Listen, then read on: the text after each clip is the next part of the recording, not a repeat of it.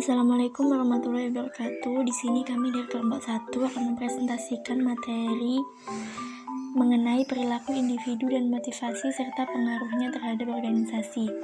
Anggota dari kelompok 1 sendiri yaitu yang pertama ada Muhammad Ilham Habibi, yang kedua Adi Masri Andaru, dan yang ketiga ada Novika Nurul Qalbi. Variabel perilaku individu terdiri dari yang pertama adalah variabel fisiologis yang terdiri dari fisik dan mental.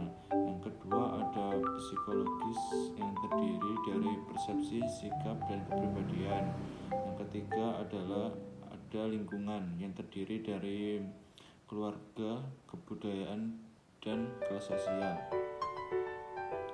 Prinsip perilaku individu. Yang pertama adalah individu berbeda perilakunya karena kemampuannya. Yang kedua, mempunyai kebutuhan yang berbeda.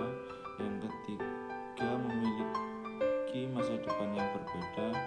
Yang keempat, pemahaman lingkungan berdasarkan pada kebutuhannya. Yang kelima, memiliki reaksi senang dan tidak senang.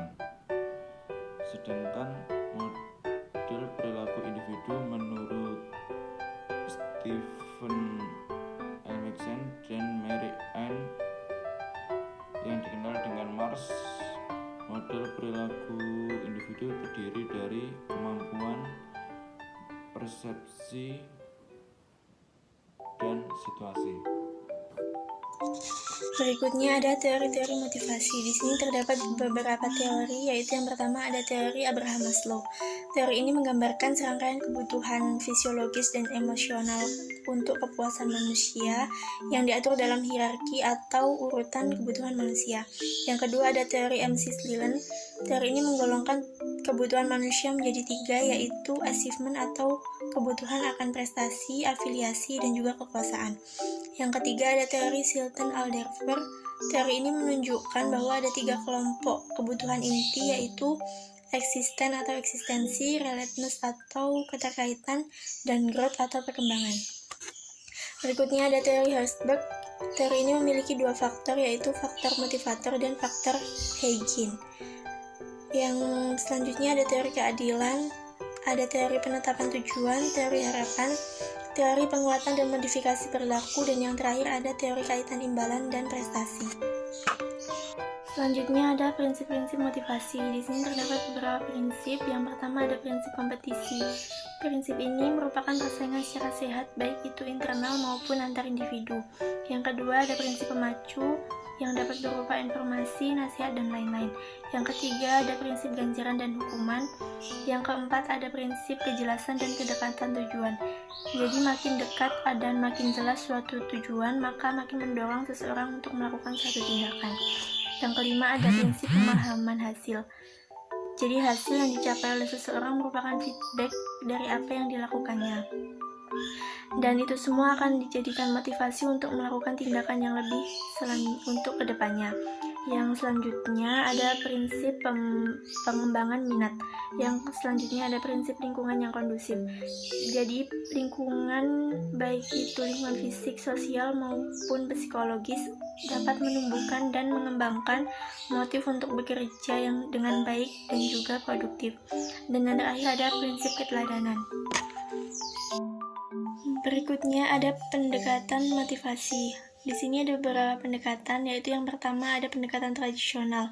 Menurut pendekatan ini, motivasi seseorang didorong oleh keinginannya untuk memperoleh gaji. Yang kedua, ada pendekatan hubungan manusiawi atau human relation.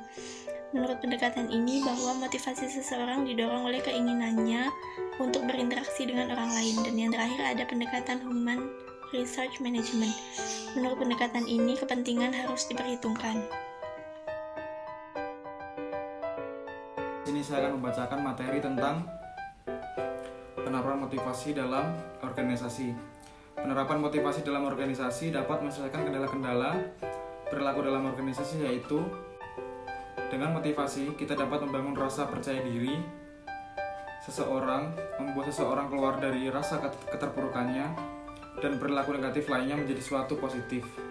Dan tentunya dengan dukungan dari orang-orang terdekat dalam organisasi, misalnya ketua, teman, satu tim, dan lain sebagainya. Untuk contoh, dalam kasus ini, tim proyek tempat saya kerja dibentuk oleh pimpinan perusahaan dengan tujuan menyelesaikan suatu proyek berdasarkan persyaratan tertentu, di mana seluruh anggota organisasi dan pimpinannya merupakan bagian dari sumber daya manusia perusahaan yang secara formal membentuk tim kerja, yang terdiri dari anggota dengan perilaku tertentu. Perilaku anggota tim akan membentuk karakteristik tim yang akan menentukan efektivitas organisasi melalui efektivitas internal tim, yaitu suatu proses yang berhubungan dengan suasana kerja dalam tim. Dengan suasana kerja yang sesuai dengan harapan anggota tim akan meningkatkan kemampuan dalam pencapaian sasaran organisasi. Berkaitan dengan tingkat pencapaian sasaran organisasi, dalam proses pelaksanaan proyek terdapat berbagai hambatan dan penyimpangan yang sangat mengurangi kemampuan perusahaan untuk mencapai tujuan yang telah ditetapkan dalam rencana kerja, yaitu terjadi keterlambatan dalam menyelesaikan proyek karena terjadi pekerjaan ulang atau perbaikan-perbaikan dari bagian pekerjaan yang belum memenuhi spesifikasi yang telah ditetapkan, dan realisasi biaya selalu melampaui rencana biaya yang telah ditetapkan, di mana masalah tersebut berakar dari kurangnya kerjasama dan koordinasi anggota tim dalam mencapai tujuan.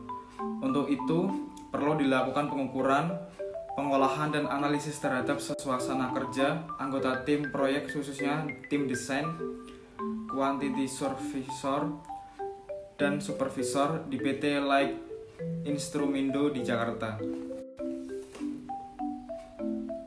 Hasil studi lapangan, pengolahan data, dan analisis menunjukkan bahwa ketidakjelasan tujuan tim, kurangnya kerjasama antara anggota tim, kepemimpinan yang kurang baik, dan kurang saling memberi informasi merupakan faktor yang menghambat ketiga tim tersebut.